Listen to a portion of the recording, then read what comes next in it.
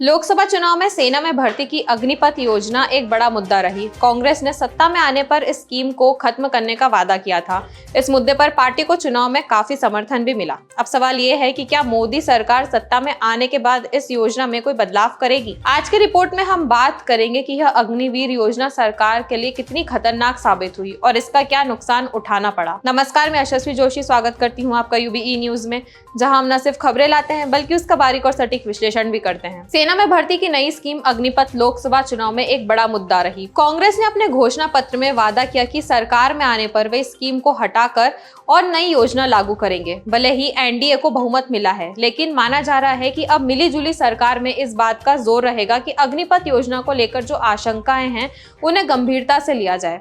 रक्षा मंत्रालय के department of military affairs ने पहले ही आर्मी, नेवी और एयरफोर्स से अग्निवीरों पर फीडबैक लेना शुरू कर दिया है। अग्निपथ स्कीम को लेकर युवा शुरू से ही अपनी नाराजगी जाहिर करते रहे हैं। सोशल मीडिया से लेकर ग्राउंड तक में यह नाराजगी देखी गई है। बीजेपी का राष्ट्रवाद का नारा इन युवाओं को काफी प्रभावित करता है, लेकिन अचानक लागू हुई अग्निपथ ने इन युवाओं को झटका दिया। नतीजों में इनकी नाराजगी का असर भी दिखा। भले ही बीजेपी की तरफ से अग्निपथ स्कीम के फायदे गिनाए जाते रहे, लेकिन कई रिटायर्ड फौजियों के साथ ही विपक्ष भी इस पर कई सवाल उठाता रहा। जिन राज्यों में बड़ी संख्या में युवा फौज में जाते हैं और उन राज्यों के नतीजे देखें तो अग्निवीर का असर दिखता है। तो चलिए अब जानते हैं जिन राज्यों से ज्यादा भर्तियां हुई है वहां का हाल। हरियाणा में सीटें 10 से घटकर 5 हो गई। वोट शेयर 58.20% से घटकर 46.11% हो गया। हिमाचल में भले ही बीजेपी ने चारों सीटें जीती, लेकिन वोट शेयर 69.70% से घटकर 56.44% हो गया। उत्तराखंड में 5 सीटें जीती,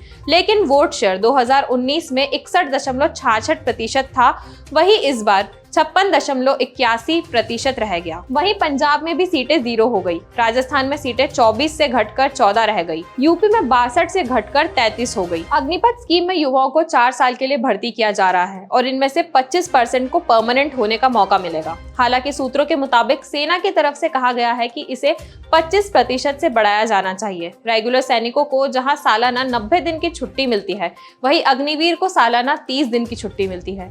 सूत्रों के मुताबिक इस तरह के जो मुद्दे हैं इन्हें आसानी से एड्रेस किया जा सकता है। अब केंद्र सरकार के समीकरण बदलने से इन पर काम होने की उम्मीद की जा सकती है। चलिए अब आपको बताते हैं कि आखिर सरकार को ऐसी योजना लाने की जरूरत क्यों पड़ी थी। सरकार के अनुसार ये रिफॉर्म लंबे समय से पेंडिंग था। साल 1989 में ये काम शुरू हुआ था। हमारी तमन्ना थी कि ये काम शुरू हो, लेकिन उसके और भी कई सारे पहलू थे। वो चाहते थे कि कमांडिंग ऑफिसर की उम्र कम हो और साथ ही टीथ टू टेल रेशो भी कम हो। एक करके काम शुरू किया गया। कमांडिंग ऑफिसर की उम्र कम की गई, जो हमारी टीथ टू टेल रेशो है, और उसे कम किया गया। आपको बता दें कि भारतीय सेना ने अभी तक 40,000 अग्निवीर भर्ती किए हैं और 2026 तक 1,75,000 अग्निवीर भर्ती करने का लक्ष्य है। इस बात को नजरअंदाज नहीं किया जा सकता है कि इस योजना ने भाजपा को अच्छा खासा नुकसान पहुंचाया है। उम्मीद है कि युवाओं के साथ अन्याय नहीं होगा और जब वो देश पर मर मिटने के लिए तैयार हैं, तो उनके लिए भी सरकार को कुछ करना चाहिए। तो यह थी हमारी आज की एक खास रिपोर्ट, और आपको यह कैसी लगी अपने विचार हमसे जरूर साझा करें।